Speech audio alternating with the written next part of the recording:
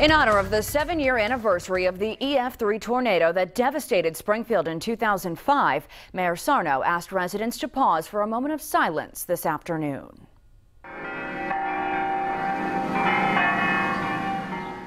Bells rang out at Our Lady of Mount Carmel Church at 4:38 this evening, the time the tornado touched down in Springfield. The mayor was at the church for the bell ringing ceremony. He commented on how far the city has come in the past 7 years.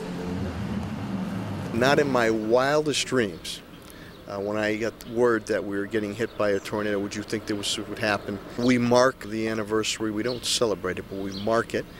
And a lot of progress has been made. We learned a lot from this.